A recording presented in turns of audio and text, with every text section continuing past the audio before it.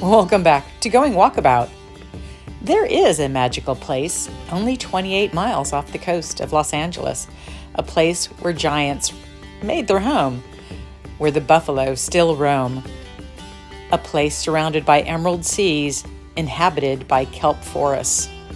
This magical kingdom is only a 1-hour boat ride away from the 33 million people who call Los Angeles home, and yet it feels like a world away.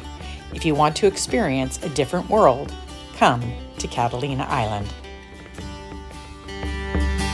In this video, we'll explore Catalina's fascinating past and visit 3 key areas on the island you can visit either for a day trip or possibly a week-long stay.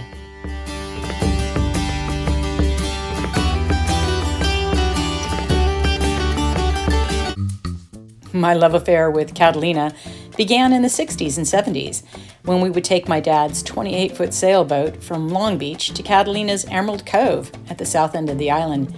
As a kid, it always seemed the most adventuresome place, which was a good thing as it was destined to be where we would spend our summer holidays for many years to come.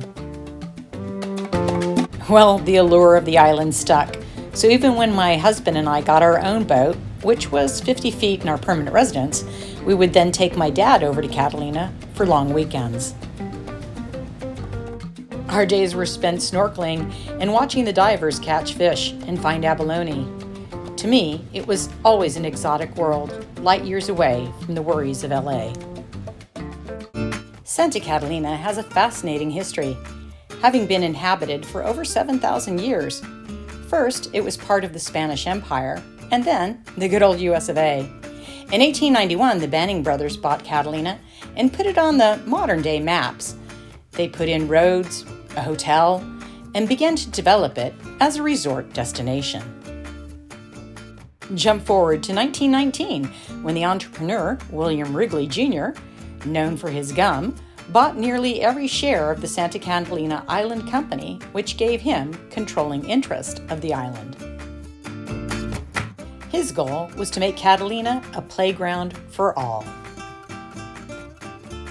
Fishing became a star attraction, with world record after world record of big catches being made or broken.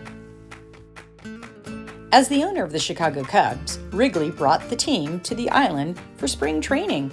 They continued to train in Catalina from 1921 to 1951.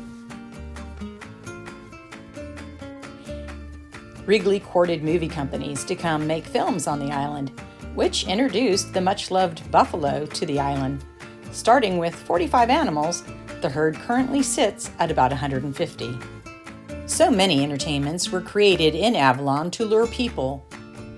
The most grand being the casino, built to show movies and hold large dances. Certainly a jewel in the crown of any Art Deco architecture in California up to current days. The locals got into the entrepreneurial spirit as well, and with the advent of the beautiful emerald seas, they started glass-bottom boat tours.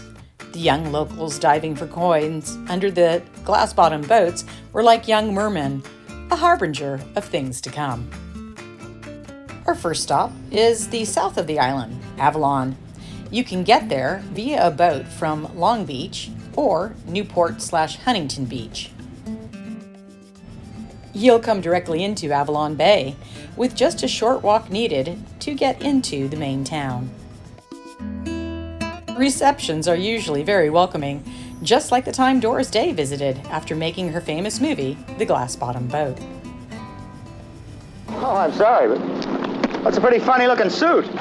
It's my mermaid tail, and my father is waiting for me over on the glass-bottom boat, and I'm very late, and would you please drive back? Aboard on the glass-bottom boat, that's the greatest show that was ever afloat. Take a ride on the tide with a guide and see the way out wonders of the deep blue sea. The deep blue sea is all around you in Avalon, its emerald color the most outstanding attribute.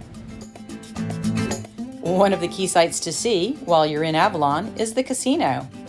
The Art Deco drawings, tile, and architecture are unmatched, and probably some of the best in the whole state of California.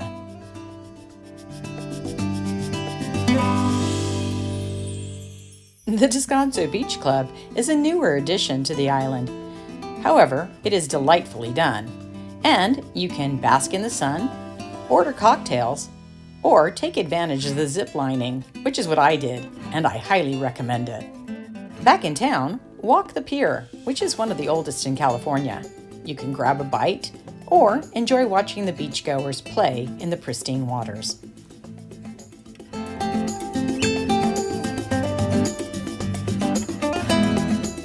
There is so much more to see and do while you're in Avalon. However, the most important tip? Go to TripAdvisor first and book ahead. Things do get filled up, especially in summer.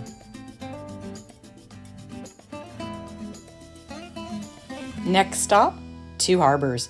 Now we're getting close to the part of the island I love. Two Harbors has a geographic landscape that is very rare, which is an isthmus, a very narrow piece of land connecting two sides.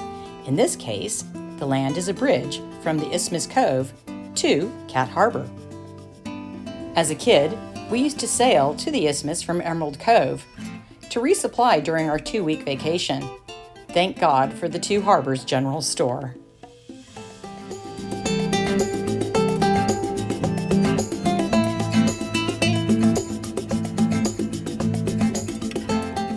As rustic as Two Harbors used to be, it now has a fancy beach club that you can hang out all day long if you like. And if you want to stay, there's a beautiful hotel that allows you views of both Cat Harbor and the Isthmus Cove.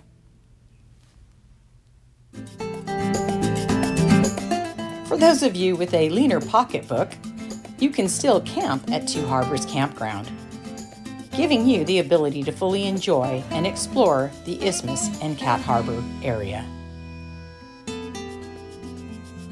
And lastly, where I left my heart, and it wasn't San Francisco, but Emerald Cove. At the southern tip of the island, there is Emerald Cove, guarded by Indian Rock and Arrow Point. The cove is home to a Boy Scout camp and pristine diving waters. This is my happy place. We would snorkel in the kelp beds all day and just hang out on the boat in the afternoon, enjoying a cool beer, building great memories to last a lifetime. Water all around it, everywhere. Tropical trees and salty air. But for me, the thing that's awaiting there's romance. I hope you've enjoyed this trip to Catalina. Thank you so much for watching. If you're enjoying the videos, please give us a thumbs up, or better yet, subscribe. Cheers. See you next week.